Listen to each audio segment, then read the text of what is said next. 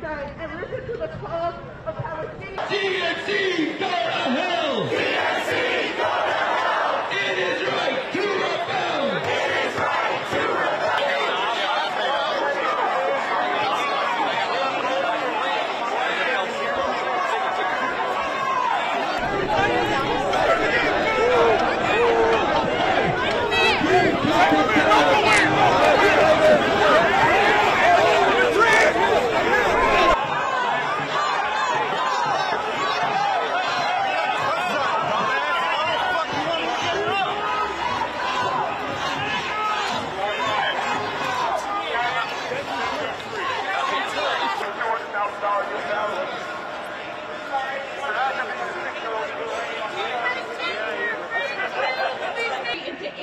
Conditions and deport them.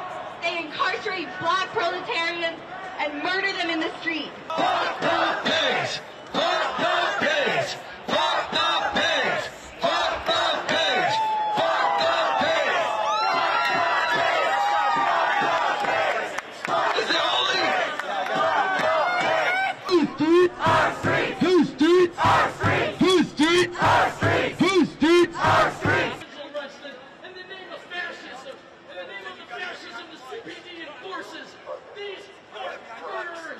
DNC, go to hell! DNC, go to hell! It is right to rebel! It is right to rebel! It is right to rebel! It is right to rebel!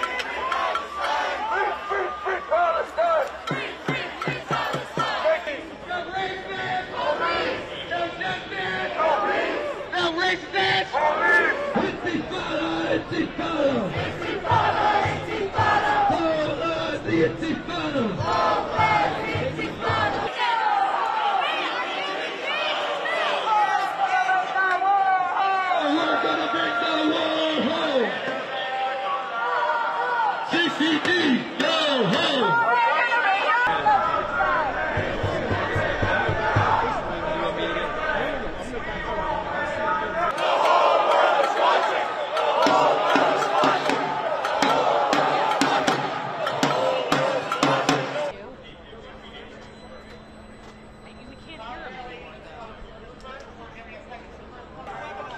Keep it tight, keep it tight.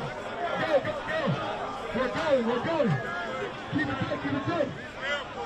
Keep it tight, keep it tight. Keep it tight.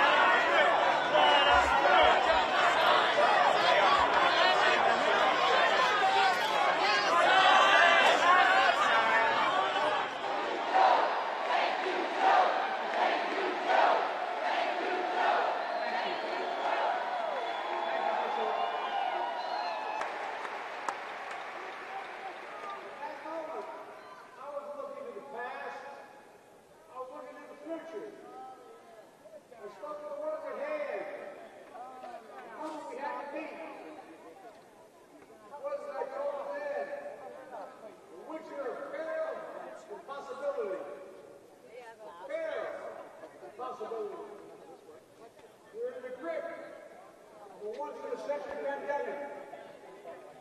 Historic job. The moment we had to meet. It was, as I told you then, a winter of peril and possibility. Of peril and possibility. We're in the grip of a once-in-a-century pandemic. Historic joblessness. Call for racial justice long overdue. Clear. The present threats to our very democracy.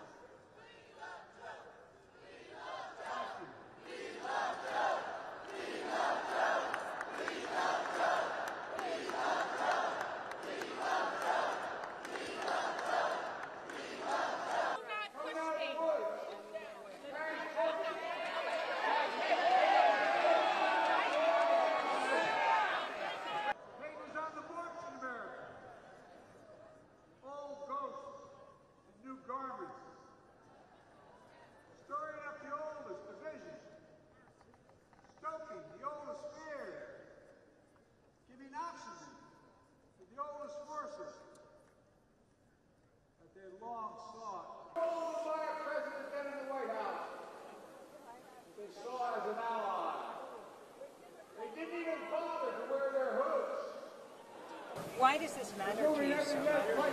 It matters to me so much because I'm a Jew, and I was always brought up to believe that never again means never again for anyone, anywhere, ever, period. And that's not what's happening right now. What's happening right now is that we are continuing to fund and support an ongoing genocide, the mass murder of children, and it needs to stop.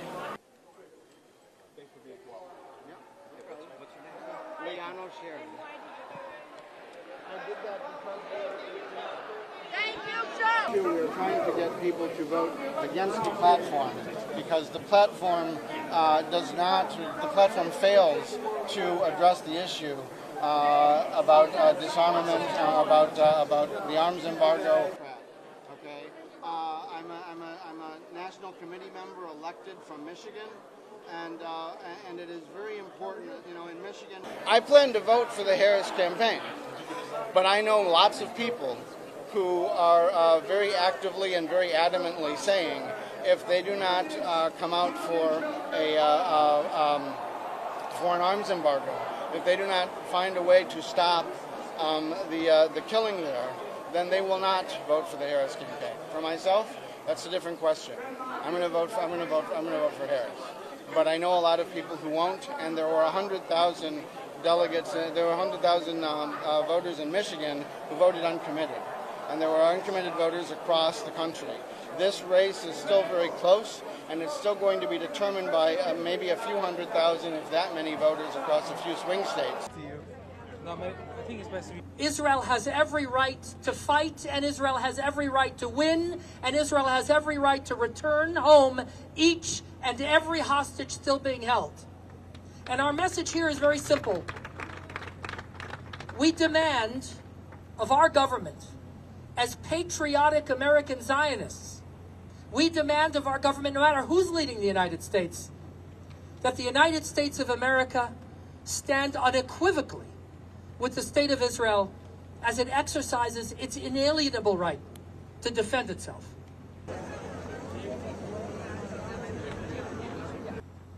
These haters you see out there, the people who burn American and Israeli flags, the people who vandalize buildings, the people who harass and shove students, who take over buildings on campuses, who assault people in Jewish neighborhoods in LA, these do not represent the majority of Americans. These are fringe crazies.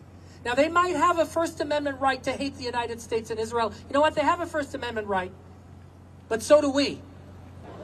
Oh, okay. Sorry.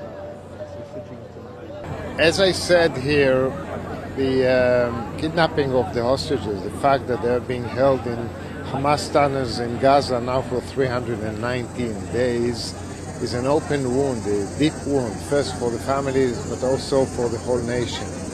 And people forget that this is first and foremost a humanitarian issue. Before we talk about the political aspects of it, people's lives are in danger. People are subjected to terrible conditions. The stories we heard from those who were released from Hamas captivity after first 50 days in the first deal are horrifying stories. And every day that passes endangers their lives, and we identify with the family, we feel their pain, and we call on Hamas to release them now and let them go home. As we speak, there are efforts led by the U.S. government to broker another deal. There are ongoing efforts right now to bring about another deal. Led by the U.S. government. The U.S. put forward a framework which was based on an Israeli framework, and then they put forward a bridging proposal, which, as Secretary Blinken said yesterday, was accepted by the Israeli government. We are waiting to see if Hamas accepts it, and we are in the game. We're not negotiating with Mother Teresa. Let's be clear about it. It's my feeling that as long as Hamas thinks that time is on its side, they will not do a deal. So they have to change their calculus. We have to keep the pressure till we bring them back home. Time is of the essence, and every day that passes, of course, endangers their lives. As you mentioned yesterday, the IDF recovered the bodies of 6 hostages who were killed in Gaza after October 7th. So it's incumbent on everybody to make efforts to bring them as soon as possible.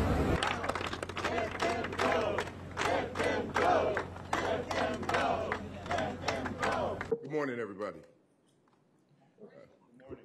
First thing I'd like to do is I just cannot say enough about the work that they're doing here. Yesterday, as you saw, there was a breach of the outer perimeter in the area that was within sight and sound of the United Center, the venue where the DNC is being held. It was a brief breach. We have Chief Dwayne DeVries, Chief John Hine, Chief City, Chief Talley. There were 13 arrests made, but not in relation to that particular event. And I am confident that this city will come out successful over these next 3 days. We got in there as quickly as we could. Our officers showed great restraint. The leadership team being out there, making sure that the officers are remembering their training and relying on their training to get this done. Our officers at some point were sprayed with OC spray. We had objects thrown at officers, water bottles, water thrown on officers. No major injuries, but our officers did not overreact.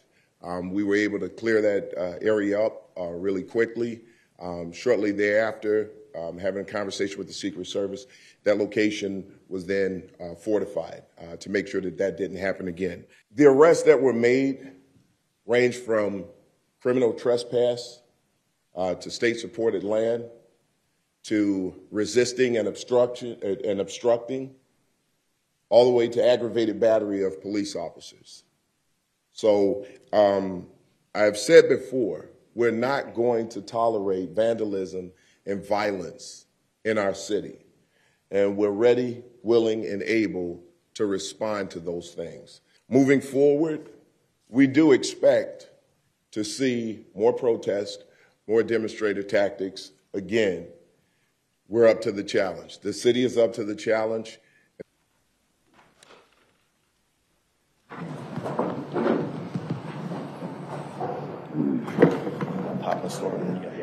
I'm gonna go right in my car right now, and then go home and eat some lunch, and then do some walking, and then I'm back.